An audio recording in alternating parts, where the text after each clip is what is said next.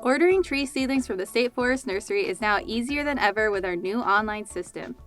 To get started, visit mndnr.gov/nursery and click the seedling ordering information page. There you'll find a link to the ordering site along with details on ordering requirements and refunds. On the ordering page, select LoginMN in the top right corner. If you already have an account, enter your email and password. If you're new, click Create Account and follow the prompts. Enter your email, confirm the code sent to your inbox, then create a password.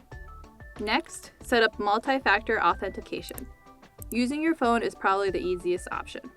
Once you create your account, you'll be redirected back to the nursery site. Add your phone number, preferred contact method, and account type and hit update. You will then need to enter your address. Now you're ready to order seedlings when sales open. Having an account makes checkout easier, lets you track orders, and saves your information for the future.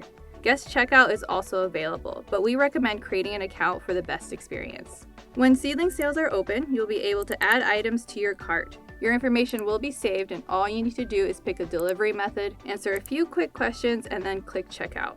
If you choose to pay by check, your order won't be confirmed until the check is received.